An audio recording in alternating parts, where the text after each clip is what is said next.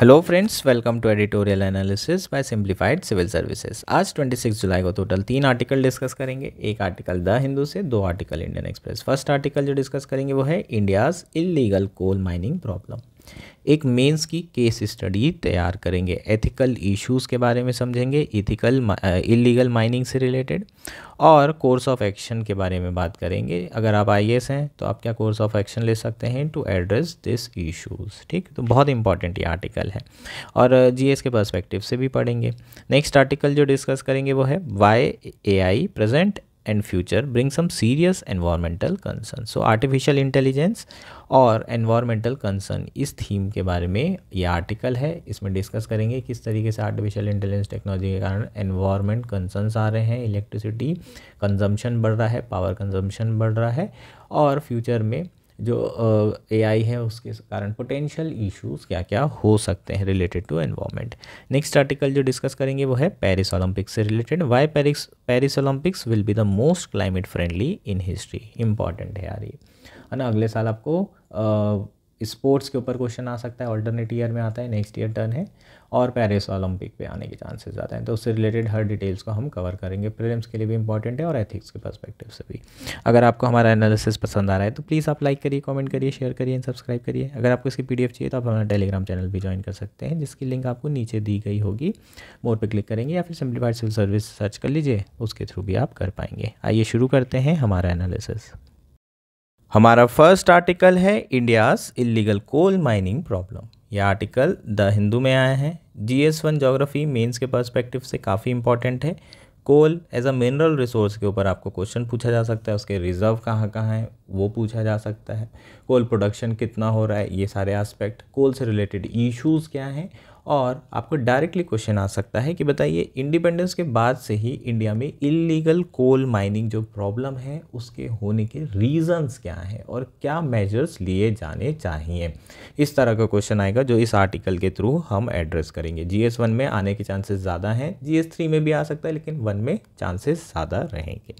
Now GS4 के perspective से case study तैयार करेंगे यार, बहुत इंपॉर्टेंट केस स्टडी तैयार हो जाएगी इस आर्टिकल के थ्रू, और मेन GS4 में पूछने के चांसेस ज़्यादा हैं।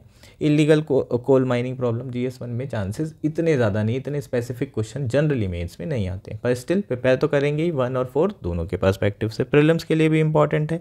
थीम है 2019 में आया है, 2020 में आया, तो कोल एज अ जो है रिपीटेटिव थीम की तरह हम देख सकते हैं। कोल से रिलेटेड कोई भी नई न्यूज़ करंट अफेयर आता है तो उसे नोट डाउन करना है, आपको पूछा जा सकता है प्रीलिम्स में भी। सो शुरू करते हैं आर्टिकल। सबसे पहले कॉन्टेक्स्ट देख लेते हैं, न्यूज़ में क्यों है। 13 जुलाई को 3 workers died of asphyxiation inside an illegal coal mine in Gujarat Surendranagar district थी। तो गुजरात के सुरेंद्रनगर डिस्ट्रिक्ट में इलीगल कोल माइन के अंदर 3 वर्कर्स की डेथ हो गई ड्यू टू सफोकेशन और इनसफिशिएंट ऑक्सीजन, है ना। टॉक्सिक गैस के इनहेलेशन के कारण ये जो 3 वर्कर्स हैं इनकी डेथ हो गई। ऐसा पता चला है कि ये जो वर्कर्स हैं ना इनके पास हेलमेट था, ना मास्क था, ना कोई अदर सेफ्टी इक्विपमेंट था। तो FIR ऑलरेडी फाइल की जा चुकी है। जो माफियाज़ हैं जो इसमें इन्वॉल्व हैं, जो ये वर्कर्स को रिक्रूट किए थे और उनको किसी भी तरह के सेफ्टी इक्विपमेंट प्रोवाइड नहीं किए थे, तो ऑब्वियसली ये FIR दर्ज तो होती ही रहती है, इतना बड़ा इशू नहीं है ना। उसके आगे कुछ होता है कि नहीं होता वो मैटर करता है। सो इस तरह के इंसिडेंट्स इंडिया में लगातार हो रहे हैं, ऐसा नहीं कि ये कोई आइसोलेटेड इवेंट है, लगातार हो रहे हैं। 2023 की बात करें तो झारखंड के धनबाद डिस्ट्रिक्ट में एक इलीगल माइन कोलैप्स हो गई थी, जिसमें 3 लोगों की जान गई थी, इंक्लूडिंग 10 ईयर ओल्ड चाइल्ड। सो 10 साल का एक बच्चा भी इलीगल माइनिंग एक्टिविटी में इन्वॉल्व है। और उसका रीज़न क्या है, क्योंकि जो पहले से ऑलरेडी माइनिंग एरियाज़ होते हैं उसको फिल कर देते हैं, लेकिन उसमें थोड़ा बहुत होल करके, है ना, बच्चे लोगों को भेज दिया जाता है, क्योंकि ज़्यादा बड़ा होल कर नहीं सकते आप, तो बच्चे उसमें घुस करके फिर इस तरह की माइनिंग एक्टिविटीज़ में इन्वॉल्व हो जाते हैं। सो एक इसको रेट होल माइनिंग भी बोलते हैं, है ना। इसी एक्टिविटीज़ को मेघालय में बहुत ज़्यादा प्रैक्टिस होती है ये। सो ये एक इवेंट 2023 जून में हो चुका है। सिमिलर इवेंट अक्टूबर 2023 में होता है, जहाँ पर 3 लोगों की जान चली गई थी after coal mine collapse during illegal extraction in West Bengal Bardhaman district. So ऐसे इवेंट्स लगातार हो रहे हैं। मेघालय में तो बहुत ज़्यादा होते हैं, वहाँ पर रेट होल माइनिंग होती है, जिसमें चूहे के जितना निकलने वाला जो होल होता है वो बनाया जाता है, उसमें छोटे छोटे बच्चों को भेजा जाता है, क्योंकि वहाँ पर वायबल नहीं होता। आप अगर लार्ज स्केल पर एक्सट्रैक्शन करें, है ना, आप पूरा खुदाई करेंगे तो बहुत पैसा लग जाएगा, उतना प्रॉफिट नहीं होगा, तो थोड़ा सा सुरंग टाइप की बनाते हैं। कई बार वो सुरंग कोलैप्स हो जाती है और फिर बच्चे जो जाते हैं उनकी इस तरीके से जान चली जाती है। So coal in India was nationalised in 2 phases। First, coking coal को 1971-72 में इसके प्रोडक्शन को क्या किया गया था, जितनी भी इंडस्ट्री थी इससे रिलेटेड इसको नेशनलाइज किया गया। उसके बाद 1973 में नॉन कोकिंग कोल माइंस को सारी की सारी जितनी भी थी उनको नेशनलाइज किया गया, सरकार ने अपने अंदर अधिग्रहण कर लिया, एक्वायर कर लिया। और उसी समय कोल माइंस नेशनलाइजेशन एक्ट 1973 भी आया था, इसी के अंदर ये सारा अधिग्रहण नेशनलाइजेशन किया गया है। Illegal mining constitute a law and order problem which is a stateless subject, hence the onus of dealing with it falls on the state government rather than union government। so जो illegal mining है वो एक law and order subject है, और law and order किसके अंदर आता है, स्टेट के, तो इसकी जिम्मेदारी किसके ऊपर आएगी, स्टेट गवर्नमेंट के ऊपर आएगी। और शायद इसी के कारण, है ना, और भी बहुत सारे वेस्टेड इंटरेस्ट के कारण जो इलीगल माइनिंग है वो परसिस्ट कर रही है। चीज़ें क्लियर है। नाउ जो अब हमारा मेन क्वेश्चन है मेंस का, उसे एड्रेस कर लेते हैं। इंडिया में कोल माइनिंग इंडिपेंडेंस के बाद से परसिस्ट क्यों कर रही है, रैम्पेंट क्यों है, तो इसके रीजंस जान लेते हैं। ठीक, जनरली इलीगल कोल माइनिंग होती कहाँ है, जो अबेंडेंड माइंस हैं या फिर शैलो कोल सीम्स हैं इन रिमोट और आइसोलेटेड प्लेसेस, यहाँ पर ही इलीगल माइनिंग की जा रही है, कैरी आउट की जा रही है। क्यों?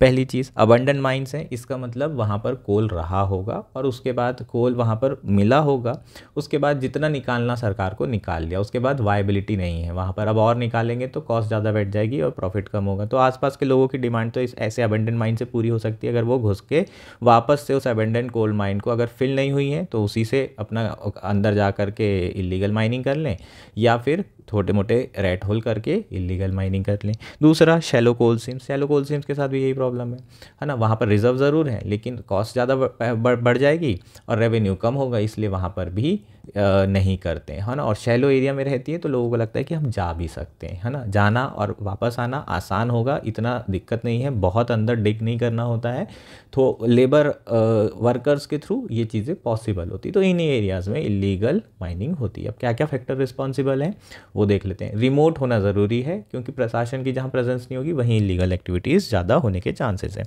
नाउ क्या फैक्टर रिस्पॉन्सिबल है? फर्स्ट फैक्टर है mismatch of demand and supply. India में कोल की डिमांड बहुत ज़्यादा है, कोल प्रोडक्शन इतना ज़्यादा होता नहीं, नेशनलाइजेशन हो गया है, सब कुछ सरकार करती है और सरकार एफिशिएंटली प्रोड्यूस नहीं कर पाती है, बाहर से इंपोर्ट करना पड़ता है। So there is a mismatch of demand and supply.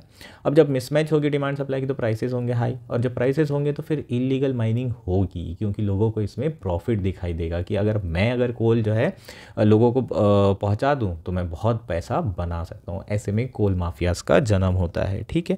और उसके अलावा और क्या क्या, आसपास की जो पॉपुलेशन है जो कोल माइनिंग एरिया के आसपास रह रही है वो बहुत ही गरीब तरह की पॉपुलेशन है, तो वो सोचते हैं कि यार यहाँ से हमें कोल भी मिल जाएगा लाइवलीहुड के लिए और कुछ पैसा भी कमा लेंगे, तो ऐसे में भी इलीगल कोल माइनिंग बहुत ज़्यादा होने के चांसेस बढ़ जाते हैं, स्पेशली जो रिमोट एरिया है वहाँ पर, क्योंकि जनरली वहाँ अनएम्प्लॉयमेंट और पॉवर्टी बहुत ज़्यादा है। सो ये सेकेंड फैक्टर हो जाएगा। Due to inadequate monitoring and lack of resources leading to weaker enforcement, ये हमारा सेकेंड रीज़न है। चूँकि मॉनिटरिंग प्रॉपर नहीं है, रिसोर्सेज अवेलेबल नहीं है गवर्नमेंट के पास, इसलिए वीकर एनफोर्समेंट होता है, रिमोट एरिया में इतनी प्रेजेंस नहीं है, और ऐसे में ही आपकी कोल माफियाज़ का जन्म होता है और उसी के कारण आपकी कोल माइनिंग हो रही है। For example in 2018 activist Marshall Biam of the north east indigenous people federation registered a complaint accusing a police backed coal gang of threatening him. So यहाँ पर कोल माफियाज इतने ज़्यादा बड़े हो जाते हैं और फिर पुलिस प्रशासन के साथ मिल करके इस तरह की इलीगल माइनिंग में भी इन्वॉल्व हो जाते हैं। सो हमारा नेक्स्ट इशू क्या है कि कहीं ना कहीं इस इलीगल माइनिंग को पॉलिटिकल सपोर्ट होता है, टेसिट पॉलिटिकल सपोर्ट, है ना। ओपनली ऑब्वियसली सपोर्ट नहीं कर सकते तो छुप छुपा के एग्रीमेंट कर लेते हैं कोल माफियाज के साथ, लोग पॉलिटिशियन को पैसा मिल जाता है और बढ़िया एकदम स्मूथ ये मैकेनिज़्म चल रही होती है। सो लोकल जो पॉलिटिशियन होते हैं उनका बहुत ज़्यादा सपोर्ट होता है, तभी जो है इस तरह के इश्यूज आते हैं। Illegal coal mining continue persist कर रही है ना। तो पुलिस प्रशासन और एडमिनिस्ट्रेशन और आपका जो पॉलिटिकल अपैथी है और जो पॉलिटिकल पार्टीज़ हैं या पॉलिटिशियन हैं उनका इन्वॉल्वमेंट, ये एक बहुत बड़ा फैक्टर है। जैसे कि रिसेंटली जो असम है वहाँ पर ये पाया गया था कि कुछ बीजेपी लीडर्स लोकल के इन्वॉल्व हैं इस तरह के नेक्सस में कोल माफिया के साथ, ठीक है। तो इस तरह की चीज़ें असम में देखी गई थी। इसके अलावा और क्या है, illegal mining is often carried out using rudimentary techniques like surface mining, rat hole mining, rather than scientific method required for legal operation on a larger scale. In areas where coal seams are closer to the surface, illegal miner access them with limited safety equipment. Minimal operation cost can also turn into significant profit, making illegal mining lucrative. So हमारा जो next reason है वो है बहुत बड़ा profit, ठीक है। आसपास सरफेस एरिया में सरफेस जो माइनिंग होती है उसी को करके काफ़ी सारा कोल निकाल लेते हैं। तो ऐसी सिचुएशन में इलीगल माइनिंग होने के चांसेस बहुत ज़्यादा हो जाते हैं। जब आप प्रॉफिट बहुत ज़्यादा होता है तो लोग इस एक्टिविटी में इन्वॉल्व होंगे। सो ये एक बहुत बड़ा आपका रीज़न है। चीज़ें क्लियर है क्या? सो अगर हम सम अप करें तो क्या क्या रीज़न है वो देख लेते हैं। Corrupt official, nexus between coal mafias, politician and police प्रशासन। उसके अलावा जो रिसोर्सेज हैं आपके पास मॉनिटरिंग करने के लिए वो बहुत कम है और आइसोलेटेड प्लेसेस में हो रहा है तो वीकर एनफोर्समेंट। तो वीकर एनफोर्समेंट एक बहुत बड़ा reason. Demand and supply mismatch. चीज़ें क्लियर है क्या? अब क्यों इतने सारे वर्कर्स मर रहे हैं इलीगल कोल माइनिंग में वो देख लेते हैं। मेन रीज़न ये होता है कि ये जो माफियाज होते हैं ये सेफ्टी के साथ तो चीज़ें नहीं करते। वर्कर्स को प्रॉपर इक्विपमेंट प्रोवाइड नहीं किए जाते हैं, सेफ्टी इक्विपमेंट नहीं होते, ना ही कोई प्रोटोकॉल फॉलो किए जाते हैं और उसके कारण ही इतनी ज़्यादा इलीगल कोल माइनिंग में डेथ हो रही है। Miner face increased respiratory risk due to inhaling of coal dust and lack of safety equipment significantly increases this risk. जो सुरेंद्र सागर जो अभी वाला केस है सुरेंद्र सागर डिस्ट्रिक्ट का, वहाँ पर जो 3 वर्कर की जान गई है वो कार्बन मोनोऑक्साइड की पॉइजनिंग के कारण ही उनकी जान गई है। अगर सेफ्टी इक्विपमेंट मास्क वगैरह होते तो उनकी जान नहीं जाती। तो एक बहुत बड़ा रीज़न क्या है कि जो सेफ्टी इक्विपमेंट है और प्रोटोकॉल है वो फॉलो बिल्कुल भी नहीं किए जाते हैं। इसके अलावा डिस्ट्रिक्ट कलेक्टर जो केसी संपत हैं गुजरात में ही सुरेंद्रनगर डिस्ट्रिक्ट के, उन्होंने बताया कि लगभग 2100 वेल से जिसे हमने रिसेंटली फिल कर दिया है, लेकिन कुछ ऐसी जो माइंस हैं जिसे दोबारा से रीओपन किया है और वहाँ पर ये इंसिडेंट हो रहे हैं। जो इलीगल माइंस हैं उसमें प्रॉपर स्ट्रक्चरल सपोर्ट भी नहीं होता है ना, उसे बंद कर दिया जाता है और स्ट्रक्चरल सपोर्ट नहीं होता है तो उसमें अगर आप होल करके अंदर जा रहे हैं तो कई बार वो कोलैप्स हो जाती है और ऐसे में कोलैप्स होने के कारण बहुत ज़्यादा चांसेस हैं कि आपकी उसमें जान चली जाए। एक्सप्लोजन भी हो सकता है, लैंडस्लाइड भी हो सकता है। तो इस तरह की प्रॉब्लम्स बहुत ज़्यादा आती है जिसके कारण इतने ज़्यादा वर्कर्स की जान जा रही है। So lack of proper structural support to carry out the extraction of the coal is second reason जिसके कारण इतने ज़्यादा लोगों की जान जा रही है। नेक्स्ट है जो वर्कर्स होते हैं है ना, जब भी वो इलीगल माइनिंग के लिए अंदर जा रहे हैं तो वहाँ बहुत सारी टॉक्सिक गैस सब्सटेंसेस रिलीज़ होते हैं जैसे कि लीड हो गया, मरकरी हो गया। और अगर लॉन्ग टर्म तक के इस सब्सटेंस को आप इनहेल कर रहे हैं तो हो सकता है कि आपको क्रोनिक मेडिकल कंडीशंस हो जाए। तो ये एक बहुत बड़ा रीज़न है जिसके कारण लोगों की जान जाती है, कैंसर और इस तरह की बीमारी हो जाती है। इसके अलावा जो लोगों को इसमें रिक्रूट किया जाता है उनको कोई ट्रेनिंग तो दी नहीं जाती है, सरकारी तो है नहीं, कोई को भी रिक्रूट कर लेते हैं, बच्चों तक को रिक्रूट कर लेते हैं, 10-10 साल के बच्चों को। और इसके साथ साथ बहुत ज़्यादा ट्रैफिकिंग भी होती है इन सारी चीज़ों के लिए। जो इलीगल माइग्रेंट्स होते हैं बांग्लादेश से, म्यांमार से, उनको इन सारी एक्टिविटीज़ में रिक्रूट किया जाता है। वही इस तरह की जॉब कर सकते हैं क्योंकि उनको पैसे की बहुत सख्त ज़रूरत होती है तो बच्चों को भी रिक्रूट कर लेते हैं। रेड होल माइनिंग में सिर्फ बच्चे ही जा सकते हैं, इतना बड़ा होल नहीं होता है कि वहाँ पर कोई बड़ा आदमी जा सके। तो ऐसे में बच्चों की जान पे भी खतरा है और इलीगल ट्रैफिकिंग का भी एक बहुत बड़ा मुद्दा है जो कि इलीगल कोल माइनिंग से ही रिलेटेड है। प्रॉपर ट्रेनिंग नहीं होती, क्विक रिस्पांस फैसिलिटी नहीं होती, नॉलेज नहीं होता इन केस ऑफ इमरजेंसी, इसके कारण बहुत ज़्यादा जान जा रही है। Operator negligence, worker exploitation are also rampant in illegal coal mining. So ये हमारे रीजंस हैं जिसके कारण वर्कर्स की बहुत ज़्यादा जाने जा रही है। नाउ अब आपको क्वेश्चन कैसे आएगा ये देख लेते हैं। केस स्टडी में पूछ लिया जाएगा कि ये जो सुरेंद्र नगर डिस्ट्रिक्ट है, यहाँ पर 3 वर्कर्स की जान चली गई, उसमें से एक बच्चा था 10 साल का। सो दे दिया जाएगा कि इलीगल माइनिंग इंडिया में इतने समय से चल रही है और जिसमें बहुत सारे लोग अपनी लाइवलीहुड बचाने के लिए अनएम्प्लॉयड होने के कारण इस तरह की एक्टिविटीज़ में इन्वॉल्व हैं, जो कि फेयर है क्योंकि उनके लिए आसपास में यही एक ऐसी चीज़ है, काम है जिसको वो कर सकते हैं, अपने परिवार का पालन पोषण कर सकते हैं, अपने बच्चों को भी इसमें इन्वॉल्व करके रखें क्योंकि वही बच्चे ही जो है इस तरह की माइनिंग एक्टिविटीज़ में इन्वॉल्व हो सकते हैं और प्रोडक्शन एक्सट्रैक्शन कर सकते हैं। तो ठीक है, तो इस तरीके से आपको केस स्टडी दे दी जाएगी। अब आप कलेक्टर हैं, कॉम्पिटेंट अथॉरिटी हैं अपने ज़िले की, और इस तरह का केस आता है जैसा का 3 वर्कर्स का यहाँ पर केस आया है, तो आप क्या कोर्स ऑफ एक्शन लेंगे, आपके सामने क्या एथिकल इश्यूज होंगे।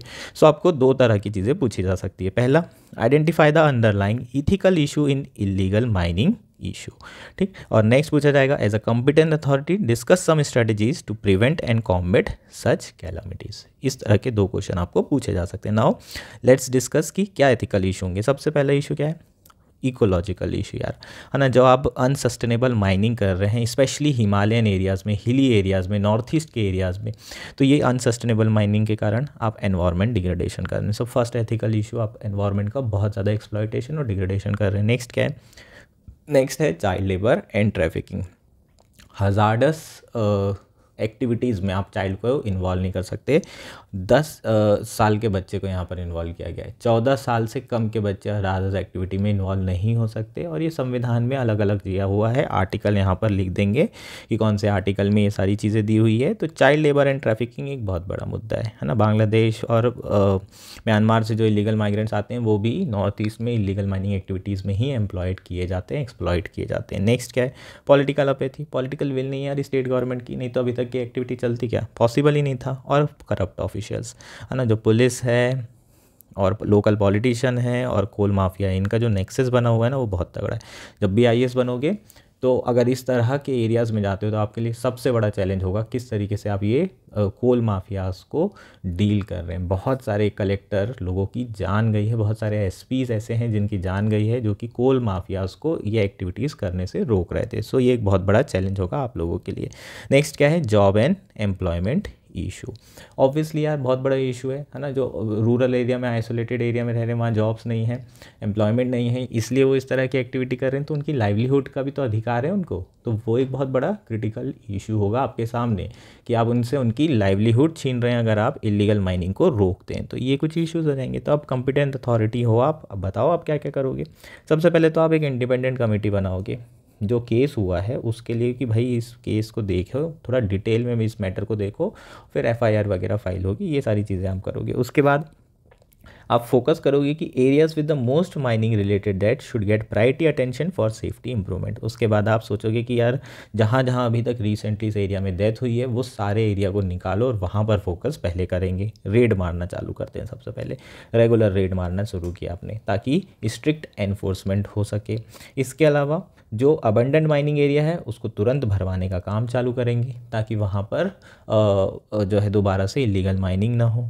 जो लोगों की जॉब जा रही है उनके लिए मनरेगा के थ्रू आप जॉब जो है निकालेंगे, क्रिएट करेंगे और उनको अल्टरनेटिव लाइवलीहुड प्रोवाइड करेंगे, मनरेगा में लगाएंगे ताकि उनकी लाइवलीहुड चलते रहे और वो इलीगल माइनिंग से दूर रहें। बच्चों को तुरंत स्कूल में भेजने की कोशिश करेंगे इन परिवारों के, ताकि चाइल्ड लेबर है उसको रोका जाए और जो इस एक्टिविटी में इन्वॉल्व है उसके अगेंस्ट एफआईआर और स्ट्रिक्ट एक्शन।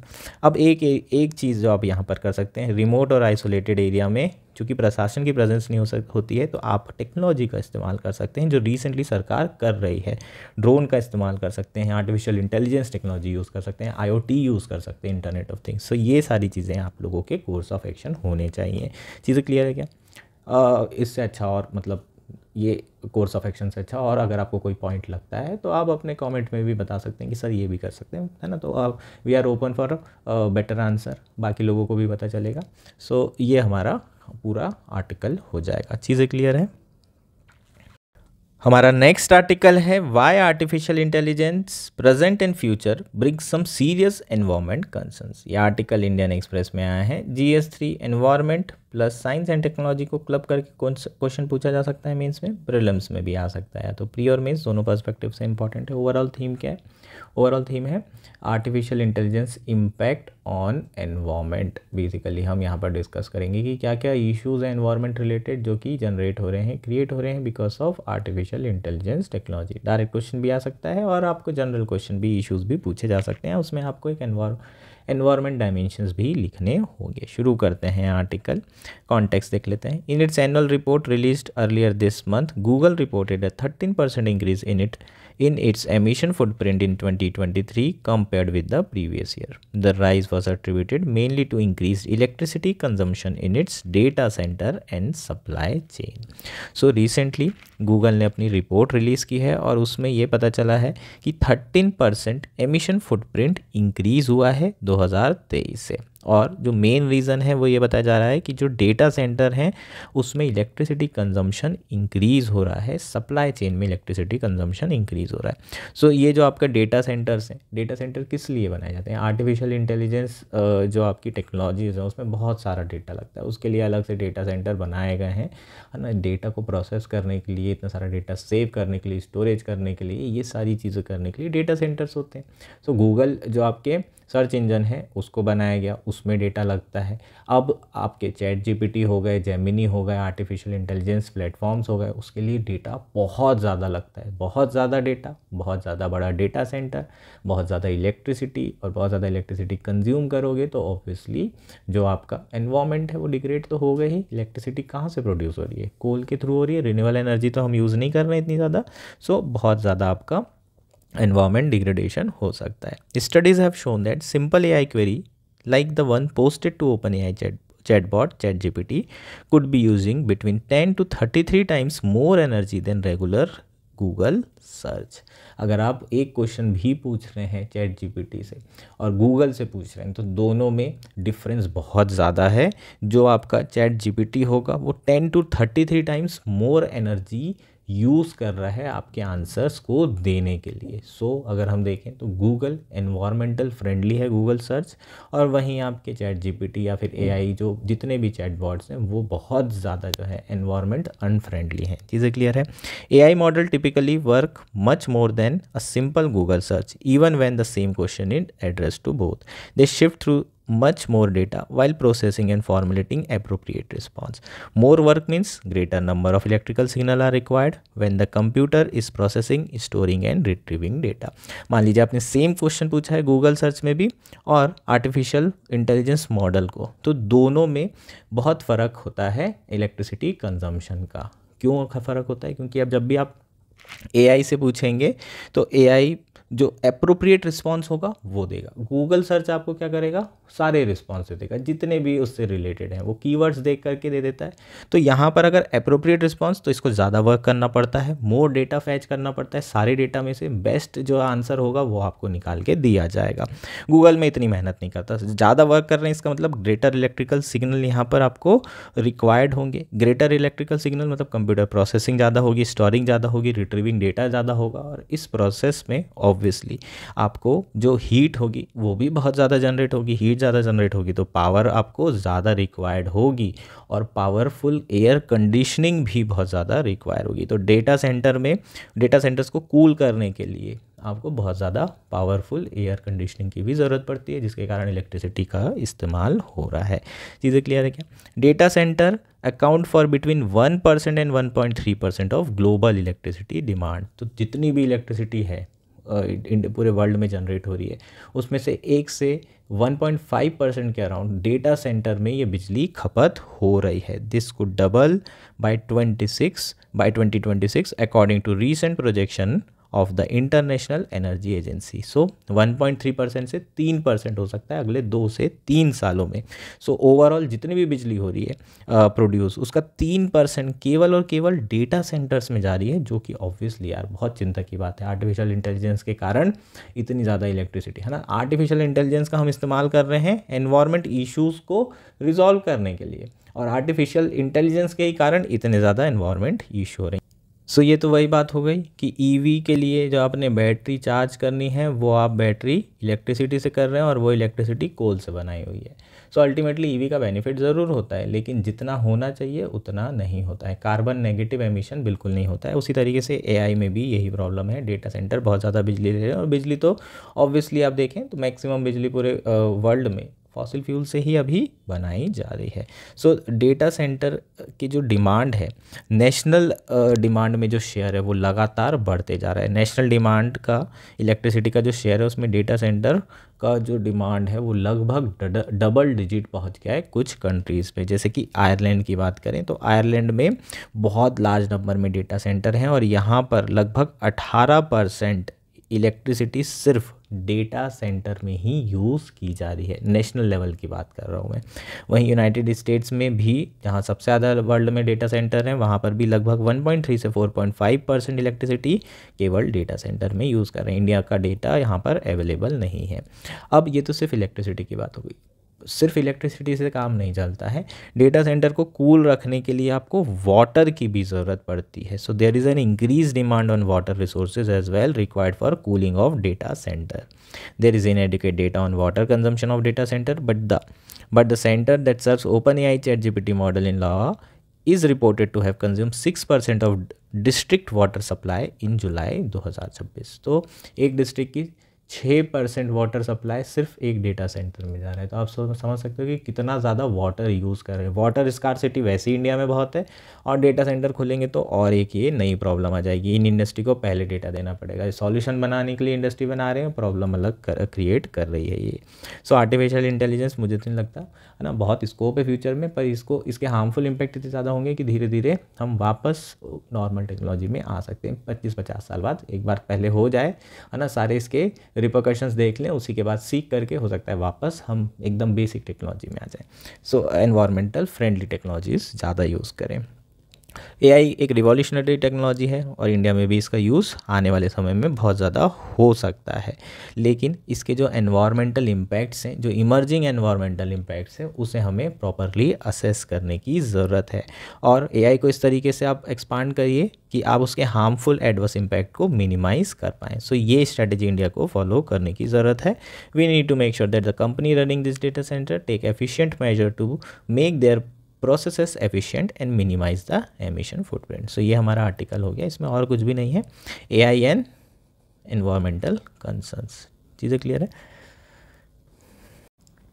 हमारा नेक्स्ट और आज का लास्ट आर्टिकल है, why Paris Olympics will be the most climate friendly in history. Article Indian Express में आया है। GS3 एनवायरमेंट मेंस के पर्सपेक्टिव से, एसए के पर्सपेक्टिव से काफ़ी इंपॉर्टेंट है। इंट्रो वगैरह में आप यूज़ कर सकते हो इस आर्टिकल को।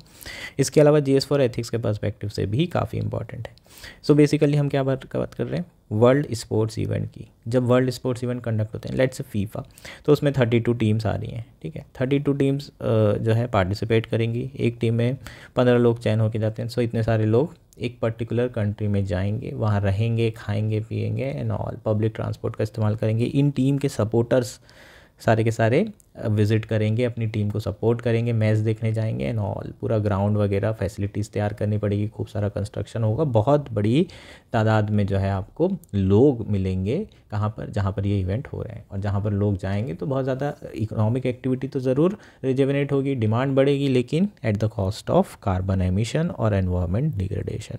सो स्पोर्ट्स बढ़ाना बहुत ज़रूरी है। ऑब्वियसली इस तरह के इवेंट्स आपके वर्ल्ड में यूनिटी, इंटीग्रिटी लेकर आते हैं, पीस लेकर आते हैं, एक ट्रैक टू डिप्लोमेसी का तरीका होता है, और इस तरह के इवेंट्स कंडक्ट कराना ज़रूरी है। चीज़ें इम्पॉर्टेंट है ना। सो ये सॉफ्ट पावर की तरह भी वर्ल्ड में यूज़ की जाती है। लेकिन कॉस्ट क्या है? कॉस्ट है आपका एनवायरमेंट डिग्रेडेशन। एक इवेंट में जो CO2 एमिशन हो रहा है, कार्बन फुटप्रिंट हो रहा है, वो बहुत हाई है। सो रिसेंटली फ्रीक्वेंसी आप देख रहे हैं बहुत ज़्यादा बढ़ गई है। फीफा की तो 4 है, लेकिन क्रिकेट की देखिए, हर दूसरे साल T20 वर्ल्ड कप, हर साल एक नई ICC ट्रॉफी। अभी एक T20 वर्ल्ड कप हुआ, इंडिया जीत गई। अभी फरवरी में फिर आपका चैंपियंस ट्रॉफी है। फिर 2026 में आपका T20 वर्ल्ड कप है। फिर 2027 में दोबारा से वर्ल्ड कप है, 4 साल वाला 50 ओवर्स का, और WTC साइकिल अलग चली रही है। तो इस तरह के आप देखेंगे तो कितनी ज़्यादा फ्रीक्वेंसी बढ़ गई है। तो ये जो स्पोर्ट्स इवेंट है इसकी स्केल को कम किया जाना चाहिए या फिर इसे क्लाइमेट फ्रेंडली बनाना बहुत ज़रूरी है। इस तरह के क्वेश्चन बार बार उठते रहे हैं और आगे भी आपको इस तरह के क्वेश्चन पूछे जा सकते हैं। सो आप ये एक डायमेंशन ज़रूर लिखेंगे स्पोर्ट्स और एनवायरनमेंट वाला, ये इंपॉर्टेंट डायमेंशन है जो आपको पता होना चाहिए। अलग अलग डायमेंशन कवर करोगे एनवायरनमेंट से रिलेटेड, ज़्यादा नंबर मिलेंगे। सो इस बार जो है जो पेरिस ओलंपिक्स होने वाला है वो सबसे ग्रीनेस्ट ओलंपिक्स होने वाला है पूरे ओलंपिक की हिस्ट्री में। ठीक है, ओलंपिक के बारे में तो जानते हैं 1896 में ओलंपिक्स की शुरुआत हुई थी। ठीक है, तो उसके बाद से ओलंपिक्स हर 4-4 सालों में खेला जाता है।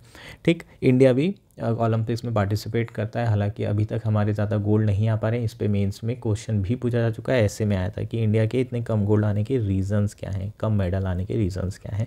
सो ये काफ़ी इंपॉर्टेंट है यार, है ना। अगले साल प्रीलिम्स में भी आपको स्पोर्ट्स से क्वेश्चन आ सकता है, क्योंकि 21 में आया था, 23 में आया था, 24 में नहीं आया तो 25 में बारी है। ठीक है, तो 25 में आपको एक ना एक स्पोर्ट्स का क्वेश्चन आएगा और ऑब्वियसली वो ओलंपिक से रिलेटेड हो सकता है। तो जो गेम्स ऑर्गेनाइजिंग कमेटी है उन्होंने कहा है कि इस बार जो कार्बन एमिशन होने वाला है वो केवल 1.75 टन के आसपास होगा। पिछले बार जहाँ जहाँ हुआ था, जैसे कि टोक्यो में 2020 में हुआ था, रियो 2016 में रियो में हुआ था और लंदन में 2012 में होता है, यहाँ पर लगभग 3.5 मिलियन टन कार्बन एमिशन होता है इस इवेंट को कंडक्ट कराने के लिए। सो पेरिस में क्लाइमेट एफर्ट्स किए जा रहे हैं ताकि जो ओवरऑल एमिशन है वो कम से कम हो सके। ऑब्वियसली आपको एनवायरनमेंट का ध्यान रखते हुए ही इस तरह के इवेंट कंडक्ट कराना पड़ेगा, सस्टेनेबल डेवलपमेंट यही कहता है। सो जो पेरिस है वहाँ उसकी अगर हम बात करें तो ये जो इवेंट है मेजरली किसके थ्रू पावर हो रहे हैं, रिन्यूएबल एनर्जी के through, like geothermal and solar power. इसके अलावा भी बहुत सारे क्लाइमेट फ्रेंडली मूव्स जो गवर्नमेंट है उनके द्वारा लिए जा रहे हैं इस इवेंट को एनवायरनमेंट फ्रेंडली बनाने के लिए। सो ईटिंग की अगर बात करें तो जो लोकल और सस्टेनेबल फूड हैं उन्हें प्रमोट किया जा रहा है, प्लांट बेस्ड फूड को प्रमोट किया जा रहा है और कोशिश की जाएगी कि इन्हीं इंफ्रास्ट्रक्चर को बाद में रीयूज़ किया जाए। ऐसा नहीं कि आपने ओलंपिक्स के लिए स्ट्रक्चर बनाया, जैसे अभी न्यूयॉर्क में हुआ था जब T20 वर्ल्ड कप हुआ, पूरे ग्राउंड बनाया, पिच बनाई, उसके बाद उसको डिस्ट्रॉय कर दिया। इसमें बहुत ज़्यादा नुकसान है। तो आप इसी चीज़ को अगर दोबारा यूज़ करेंगे, रीयूज़ करेंगे तो कोई प्रॉब्लम नहीं है ना। ये आपका परमानेंट कंस्ट्रक्शन रहेगा, तो ये आपको आगे भी बेनिफिट देगा। नेक्स्ट है आपका transport. Easily accessible public transport की भी को भी प्रिपेयर किया गया है। लगभग पेरिस में 1000 किलोमीटर की डेडिकेटेड साइकिल लेन बनाई गई है, जहाँ पर आप जाओ 3000 रुपये दो और अपना साइकिल उठाओ, रेंट पे लो और पूरा इधर से उधर घूम सकते हो। जितने भी आसपास के गेम एरिया हैं वहाँ पर आप लोकेशन पे, वेन्यू पे जा सकते हो।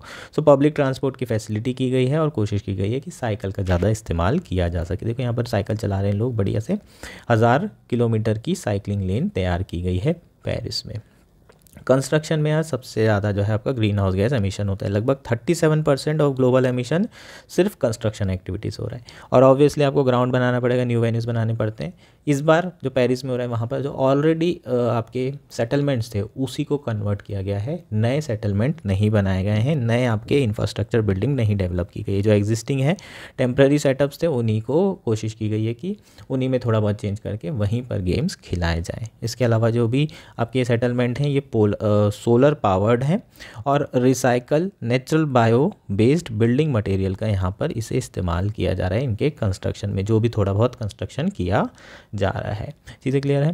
इसके अलावा जो लोग आएंगे उनके रुकने की व्यवस्था भी करानी पड़ेगी, उसके लिए भी फर्नीचर की बहुत ज़्यादा ज़रूरत पड़ेगी। तो बेड्स वगैरह बनाए जा रहे हैं कार्डबोर्ड के और फर्नीचर लगेंगे, तो ऑब्वियसली ये जो फर्नीचर है ये पेड़ काट के ही बनेंगे, है ना, लकड़ी के ही बनेंगे। तो ये जो फर्नीचर यूज़ किए जा रहे हैं ये भी रेंट पे लिया जा रहा है, इसे ख़रीदा नहीं जा रहा है और कोशिश करेंगे ओलंपिक्स के बाद भी इसे रीयूज़ किया जा सके। हालांकि एक इशू है कि यहाँ पर AC के इनिशियली प्लान किए थे कि AC फ्री रूम्स बनाए जाएंगे, लेकिन अभी गर्मी बहुत है इसलिए यहाँ पर 2500 टेम्प्रेरी कूलिंग यूनिट्स तैयार की गई है एथलीट्स के लिए। चीज़ें क्लियर है। तो इससे थोड़ा बहुत आपका एमिशन बढ़ सकता है। अब इतने ज़्यादा लोगों को होस्ट कर रहे हैं, जैसे कि 15,000 एथलीट आएंगे, 45,000 वॉलंटियर आएंगे, 26,000 मीडिया प्रोफेशनल्स आएंगे और उसके अलावा 10 मिलियन टूरिस्ट आएंगे गेम्स देखने के लिए। तो बहुत ज़्यादा ट्रैवल होगा तो ऑब्वियसली ग्रीन हाउस एमिशन बहुत ज़्यादा होगा। तो हम ये तो नहीं बोल सकते कि भाई ये कार्बन पॉजिटिव इवेंट है, लेकिन जो कार्बन एमिशन है उसके इम्पैक्ट को कम करने की कोशिश ज़रूर की गई है गवर्नमेंट के द्वारा और जो आपके इवेंट ऑर्गेनाइजर्स हैं उनके द्वारा। इसके अलावा बहुत सारे ऐसे प्रोग्राम चलाए जा रहे हैं इन्हीं ऑर्गेनाइजर्स के द्वारा कि जिसके थ्रू जो आपका कार्बन एमिशन है उसको ऑफसेट किया जा सके, जैसे कि प्लांट ट्रीज, रिजुविनेट फॉरेस्ट, इस तरह के कई प्रोजेक्ट चलाए जा रहे हैं जो कंपनीज कंस्ट्रक्शन एक्टिविटीज़ में इन्वॉल्व है, वो भरपाई कर रही है कि हाँ ठीक है, हम यहाँ पर कंस्ट्रक्शन कर रहे हैं तो हमारे वजह से ये हो रहा है कि कार्बन एमिशन बढ़ रहा है, तो हम लोग पेड़ वगैरह लगाएंगे। तो इस तरह के ऑफसेट प्रोजेक्ट भी चल रहे हैं। हालांकि ये ऑफसेट प्रोजेक्ट बोलना कि ये सब नाम के ही होते हैं, ये सिर्फ दिखावा होता है और इसमें प्रॉपर इंप्लीमेंटेशन वगैरह होता नहीं है। प्लांट लगा दे तो तुरंत रिजल्ट तो मिलने से रहे ना, लगा दिए 100 पौधे 1 महीने में ही मर जाते हैं अगर आप ध्यान नहीं देते। तो ये सब सारी चीज़ें बोलने की है, लेकिन स्टिल जो पेरिस 2024 है रिलेटिवली कार्बन फ्रेंडली है अभी तक का जितना भी। तो ये सारी चीज़ें आपको काम आएगी यार, एथिक्स में भी काम आएगी, है ना, केस स्टडी में भी आप ये सारी चीज़ें लिख सकते हैं, किस तरीके से आप इवेंट्स को क्या बना सकते हैं, क्लाइमेट एनवायरनमेंट फ्रेंडली बना सकते हैं, क्लाइमेट फ्रेंडली बना सकते हैं। चीज़ें क्लियर है? सो ये हमारा लास्ट आर्टिकल था। होपफुली आपको सारा आर्टिकल क्लियर हो होंगे, सारे इश्यूज़ क्लियर हो होंगे। That's it for today. Thank you and enjoy your day.